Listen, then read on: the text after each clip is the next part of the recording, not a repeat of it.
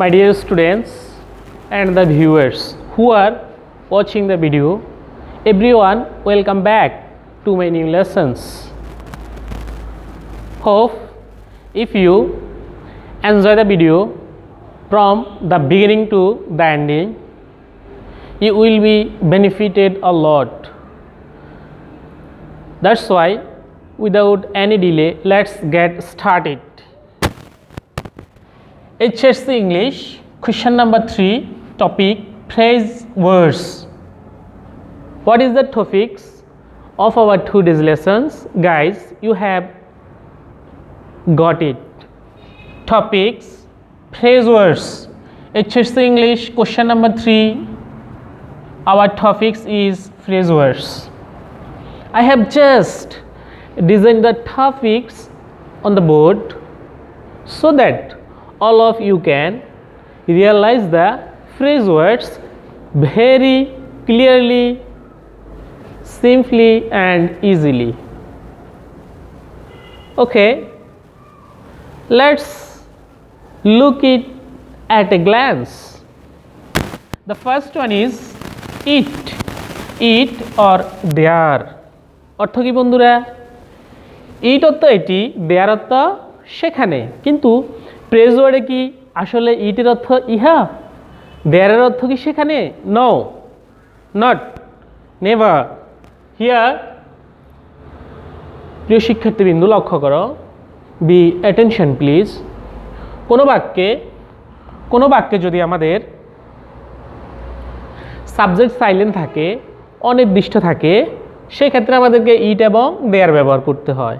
আর এটাকে বলা হয় introductory it or introductory there. For example, it's 11 o'clock by my watch. It's 11 o'clock by my watch. আমার ঘড়িতে 11টা বাজে। এখানে দেখো বন্ধুরা, ইটের কোনো অর্থ আসে নাই, সে অনেক কথা। It was a long story. It was a long history.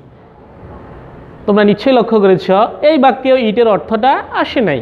তার মানে আমরা বুঝতে পারলাম যে সকল বাক্যে সাবজেক্ট বা কর্তা সাইলেন্ট থাকে সেই সকল বাক্যে আমাদের বাক্যের শুরুতে at the beginning we have to use it or there. Okay, now listen to me and try to understand the example and instance of there. 7 দিনে 1 সপ্তাহ। আমরা এটা এভাবে বলতে পারি 7 days make a week, but যদি আমরা বলি দেয়ার আর 7 days in a week, বাক্যটা আরও বেশি লুক্রিয়েটিভ হয়, আরও বেশি স্থেটিক বা নান্দনিক হয়। দেয়ার আর 7 days in a week, 7 দিনে 1 সপ্তাহ। কোনো এক সময় এক রাজা ছিলেন, there lived a king in a kingdom. Okay বন্ধুরা, তোমরা তাহলে বুঝতে পেরেছ কোনো বাক্যে সাবজেক্ট যদি সাইলেন্ট থাকে আমরা ইট এবং দেয়ার লিখব। নাম্বার 2, ইউজ টু, অভ্যস্ত। ইউজ টু কোনো কাজ অতীত থেকে বর্তমান পর্যন্ত সবসময় করে আসছে এমন, অভ্যস্ত। ইউজ টু অভ্যস্ত, যদিও আমরা এখানে ইউজকে বারবার ফার্স্ট ফর্ম দেখতেছি, বাট এটা সব টেন্সেই ব্যবহার করা যায়। যেমন আমি সাঁতার কাটতে অভ্যস্ত ছিলাম, I use to swim in the river. But আমাদের মনে রাখতে হবে ইউজের আগে যদি বিবার ব্যবহার করা হয় তাহলে পরবর্তীতে বারবার শেষে আমাদেরকে আইএনজি যোগ করতে হবে। যেমন I am use to telling the truth, I am use to speaking the truth. তাহলে ইউজড এর আগে যদি আমরা বিবার ব্যবহার করি পরবর্তী বারবার শেষে আমাদেরকে আইএনজি যোগ করতে হবে। কিন্তু শুধু ইউজ টু যদি আমরা ব্যবহার করি তাহলে আমাদেরকে অতঃপর বারবে প্রেজেন্ট ফর্ম ব্যবহার করতে হবে। বন্ধুরা তোমরা লক্ষ্য করো, to kill two birds with one stone, আমরা এখানে এক ডিলে বহু পাখি হত্যা করব। অর্থাৎ আমরা রাইট ফর্ম ভার্বসে এই ওয়ার্ডগুলো কোন পজিশনে থাকলে আমরা ভার্বটা কীভাবে চেঞ্জ করব এবং ফ্রেজ ওয়ার্ডে সরাসরি আমরা কীভাবে লিখব আমরা ডুয়েল আলোচনা করব। Okay, next one, have to, has to, কোনো কাজ করতে হয় এমন। যেমন ফর এক্সাম্পল আমাদের 5 ওয়াক্ত সালাত আদায় করতে হয়, we have to take our prayer 5 times in a day. দৈনিক আমাদের 5 ওয়াক্ত সালাত বা নামাজ আদায় করতে হয়। যেমন আমাদের বড়দের শ্রদ্ধা করতে হয়। We have to obey the superior, আমাদের নিয়মিত সত্য বলতে হয়। We have to speak the truth. আর হ্যাড টু অতীতকে নির্দেশ করবে, তোমরা বুঝতে পেরেছ। Next one is it's time. প্রিয় শিক্ষার্থীবৃন্দ, এখানে থাকতে পারে it's time, it's high time, it's proper time, it's right time, whatever যাই থাকুক, এখানে আমাদের রাইট ফর্ম ভার্বসের রুলস হলো ইটস টাইম, ইটস হাই টাইমের পর আমাদেরকে যদি আমরা সাবজেক্ট বসাই তাহলে ভার্বের ফার্স্ট ফর্ম লিখতে হবে। আর আমরা যদি সাবজেক্ট না বসাই আমাদেরকে টু সহ লিখতে হবে। যেমন it's high time to change our bad habit, it's high time we changed our bad habit. তাহলে টু সহ অর্থাৎ ইনফিনিটিভ আকারে যখন আমরা লিখবো ভার্বের প্রেজেন্ট ফর্ম হবে, আর যখন আমরা সাবজেক্ট ব্যবহার করব তখন আমাদেরকে পরবর্তী অংশটা ফার্স্ট ইনডিফিনিট টেন্সে লিখতে হবে। Next one is would better, would rather, or had better, had rather. এটার অর্থ কি বন্ধুরা? বরং ভালো। তুমি অসুস্থ, you are very sick, you had better prescribe a good doctor. তোমার উচিত ভালো একজন ডাক্তারের পরামর্শ নেওয়া। I would rather die than tell a lie, আমি মরবো তবু মিথ্যা বলবো না। I would rather starve than beg, আমি উপোস থাকবো তবু ভিক্ষা করব না। এই যে এটার অর্থ বোঝাচ্ছে would rather dot dot dot then হতে পারে আমাদের, অথবা would rather, had better, had rather. যখন ডট ডট ডট দেন লিখবো আমরা, এখানে ডট ডট ডট দেন লিখবো, তখন এটার অর্থ হবে বরং না। আমি মরবো তবু ভিক্ষা করব না, আমি মরবো তবু উপোস থাকবো না। Okay, next one is as soon as. এটার অর্থ হচ্ছে যেই মাত্র, অ্যাজ সুন অ্যাজ।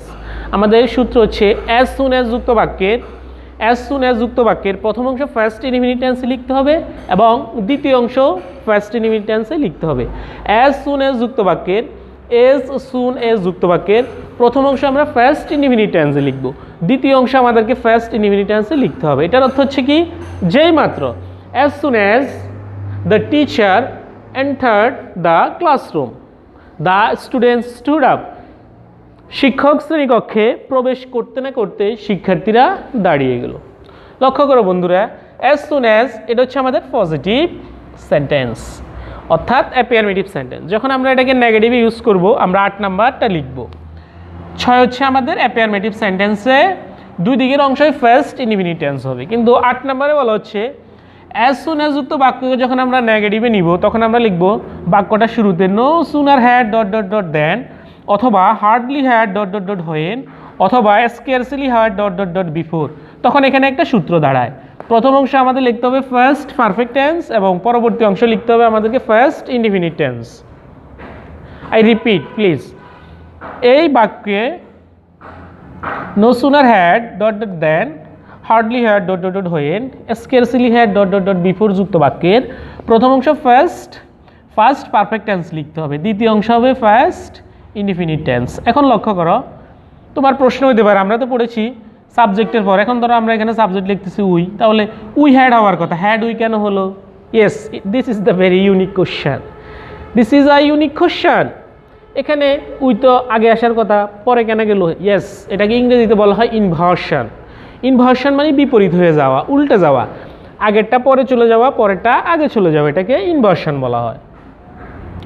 তাহলে এটার সূত্র কি দাঁড়াচ্ছে? No sooner had we, no sooner had we entered the classroom, আমরা শ্রেণীকক্ষে প্রবেশ করতে না করতেই then the students stood up. No sooner had the teacher entered the classroom the students stood up. No sooner had I seen the thief, আমি চোরটাকে দেখতে না দেখতেই he ran away, then he ran away. No sooner had I seen the thief then he ran away. তাহলে no sooner had দ্বারা শুরু হইলে dot dot dot দেন হবে, হার্ডলি দ্বারা শুরু হইলে ডট ডট ডট হয়ে, scarcely dot dot dot before. আমাদের এখানে কিন্তু কনজাংশনও চেঞ্জ হচ্ছে, okay, next one is as if. As though অর্থ হচ্ছে যেন। এই অ্যাজ ইফ অ্যাজ দো যুক্ত বাক্যের স্ট্রাকচার বা নিয়ম হচ্ছে, প্রথম অংশ যদি প্রেজেন্ট টেন্সে থাকে, এনি টেন্স, প্রেজেন্ট টেন্সে যে কোনো টেন্সে থাকতে পারে, অ্যাজ ইফ অ্যাজ দো যুক্ত বাক্যের প্রথম অংশ প্রেজেন্ট টেন্সে থাকলে পরবর্তী অংশ ফার্স্ট ইনডিফিনিট টেন্সে লিখতে হবে। আর প্রথম অংশ যদি ফার্স্ট টেন্সে থাকে, যেই টেন্সে হোক, ফার্স্ট টেন্সে যদি থাকে, যেহেতু আমাদের 4টা ফার্স্ট টেন্স আছে, পরবর্তী অংশ আমাদেরকে ফার্স্ট পারফেক্ট টেন্সে লিখতে হবে। For example, she talks as if she are a mad, present indefinite, first indefinite. এবার বলতেছি she spoke as if she had known everything, or she pretended as if she had been a mad। তাহলে দেখলাম as if as যুক্ত বাক্যের প্রথম অংশ present tense, পরের অংশ ফার্স্ট টেন্স, প্রথম অংশ ফার্স্ট টেন্স, পরের অংশ past perfect tense. Okay, next one, not only dot dot dot but also, কেবল এটি নহে ওইটিও, কেবল এটি নয় ওইটিও, এটা আমরা নেগেটিভ সেন্টেন্সে লিখে থাকি। আর এটার অ্যাফার্মেটিভে থাকে both dot dot dot and I took both coffee and ice cream in the 5-star hotel last week। নেগেটিভে দাঁড়াচ্ছে I took not only coffee but also ice cream in the 5-star hotel last week। Okay, next one, let alone, ওইটা তো দূরের কথা, এটাও না। she can't eat an egg let alone 10। সে একটা ডিম খেতে পারে না, 10টা ডিম খেতে পারবে। সে 1 কিলো হাঁটতে পারে না, 10 কিলো হাঁটবে। সে ইংরেজিতে 45 পায় না, 95 পাবে। লেট অ্যালোন, ওইটা তো দূরের কথা, এটাও না। অর্থাৎ দুঃসাহসিক একটা কাজ কমপ্লিট করা তো দূরের কথা, সে সহজ একটা কাজও কমপ্লিট করতে অক্ষম। ওকে, নেক্সট ওয়ান, ইন কেস, যদি, প্রোভাইডেড দ্যাট, যদি, ইফও থাকতে পারে, হ্যাডও থাকতে পারে। ইন কেস, প্রোভাইডেড দ্যাট অর্থ কি? যদি। I can give you loan, আমি তোমায় ধার দিতে পারি। প্রোভাইডেড দ্যাট, যদি, you may repay on time, তুমি যথাসময় পরিশোধ করতে পারো। ইন কেস, প্রোভাইডেড দ্যাট অর্থ হচ্ছে যদি। Next one, would you mind, কিছু মনে না করলে। উড ইউ মাইন্ড, কিছু মনে না করলে। এখানে রুলস হচ্ছে উড ইউ মাইন্ডের পরে আমাদেরকে বারবে শেষে আইএনজি দিতে হবে। Would you mind having a cup of coffee, কিছু মনে না করলে 1 কাপ কফি পান করবেন। Would you mind moving aside please, কিছু মনে না করলে একটু সরে দাঁড়াবেন। এটা আমাদের প্রশ্নবোধক বাক্যে ইউজ করতে হবে। ওকে, এবার আসো আমাদের 7 নম্বরে যেটা বাকি ছিল, এটা আমাদের প্রশ্নবোধক বাক্যে ব্যবহার করতে হবে। হোয়াট ইফ, যদি এমন হয় তবে কেমন হবে। হোয়াট ইফ, যদি এমন হয় তবে কেমন হবে। এখন যদি কারেন্ট চলে যায় তবে কেমন হবে। What if the electricity will gone. What if the well run out, যদি তেল ফুরিয়ে যায় তবে কেমন হবে। হয়তো মেবি তোমরা কোনো ট্যুর বা জার্নিতে যাচ্ছ, এখন তোমাদের ভেহিকেলের গাড়ির যদি তেল শেষ হয়ে যায় তবে কেমন হবে। What if the well run out. আচ্ছা, তাহলে হোয়াট ইফ হচ্ছে যদি এমন হয় তবে কেমন হবে। আমরা কীভাবে বুঝবো? এখানে সাইন অফ ইন্টারোগেশন থাকবে। উড ইউ মাইন্ড, কিছু মনে না করলে কীভাবে বুঝবো? ওই বাক্যে সাইন অফ ইন্টারোগেশন থাকবে। নেক্সট ওয়ান, দো অলদো, এখানে আরও থাকতে পারে even though although even though. Yes, এটার অর্থ হচ্ছে যদিও। Though he is rich he is miser, যদিও তিনি ধনী তথাপি তিনি কৃপণ। দো হি ইজ ফুয়ার, যদিও তিনি দরিদ্র, হি ইজ অনেস্ট, তিনি সৎ। বৈপরীত্য, বৈসাদৃশ্য ভাব প্রকাশ করতে আমরা দো অলদো ইভেন দো ব্যবহার করে থাকি, এবং এটা অবশ্যই কমপ্লেক্স সেন্টেন্সের sign. Okay, next one, either dot dot dot or neither dot dot dot nor. Either dot dot dot dot দুইয়ের মধ্যে একটি নির্দেশ করবে, নেইদার ডট ডট ডট দুইয়ের মধ্যে কোনোটি নেই, অর্থাৎ একটিও নির্দেশ করবে না। For example, do it or keep silent, খাবার খাও না হলে চুপচাপ বসে থাকো। Don't watching TV or speaking loudly, টিভিও দেখবে না, উচ্চস্বরে কথাও বলবে না। তার মানে neither dot dot dot nor দুইয়ের মধ্যে কোনোটি নেই। রহিম অথবা করিম কেউ অনুষ্ঠানে যোগদান করবে না। Neither Karim nor Rahim will attend the function. Neither dot dot dot nor দুইয়ের মধ্যে কোনোটিই নয়। আবার বলা হচ্ছে either Karim or Rahim will attend the function, Karim অথবা রহিম দুইজনের একজন অনুষ্ঠানে অংশগ্রহণ করবেন। ওকে, নেক্সট ওয়ান, আনলেস, যদি না। আনলেস, যদি না। আনলেস ইউ টেল এ লাই, যদি না তুমি সত্য বলো, nobody will believe you, কেউ তোমায় বিশ্বাস করবে না। তাহলে আনলেস অর্থ কি বন্ধুরা? ইয়েস, আনলেস অর্থ হচ্ছে যদি না। আনলেস ইউ স্টাডি ডিলিজেন্টলি, যদি না তুমি পরিশ্রমের সাথে অধ্যয়ন করো। You can not, you can't obtain GPA 5, তুমি GPA 5 পাবে না। লেস্ট অর্থ কি? নতুবা। হ্যাঁ বন্ধুরা, তোমরা ঠিক বুঝতে পেরেছো, লেস্টের একটা সূত্র রয়েছে। লেস্ট যুক্ত সেন্টেন্সে সাবজেক্টের পরে শুড লিখতে হয়। লেস্ট অর্থ নতুবা বা ফাঁসে। লেস্ট যুক্ত সেন্টেন্সে এটা সবসময় নেগেটিভ ওয়ার্ড, শুড লিখতে হয়। Study hard, lest you should fail in the exam. Work fast, lest you should miss the car, you should miss the train. Next one, likely to, এর পরিবর্তে হতে পারে probably, perhaps, maybe, probably, perhaps, likely to, সম্ভবত, সম্ভবত। She likely to come home tomorrow, she likely to will come home tomorrow, তিনি সম্ভবত আগামীকাল বাড়ি আসতে পারেন। We may probably lose the game, আমরা সম্ভবত খেলায় হেরে যেতে পারি। Okay, next one is as long as, যতক্ষণ পর্যন্ত। As long as I have the breath, যতক্ষণ পর্যন্ত আমার শ্বাস রয়েছে। আই উড হেল্প ইউ, আমি তোমায় সাহায্য করব। অ্যাজ লং অ্যাজ, যতক্ষণ পর্যন্ত। Wait here as long as I come back, আমি ফিরে আসা পর্যন্ত এখানে অপেক্ষা করো। Okay, next one is be suppose to, মনে করা হয় যে। বি সাপোজ টু, মনে করা হয় যে। Be suppose to Rahim, be suppose to Rahim go to London, মনে করা হয় রহিম লন্ডন যাবে। Next one, what's it like, এটি দেখতে কেমন। হোয়াটস ইট লাইক, এটি দেখতে কেমন।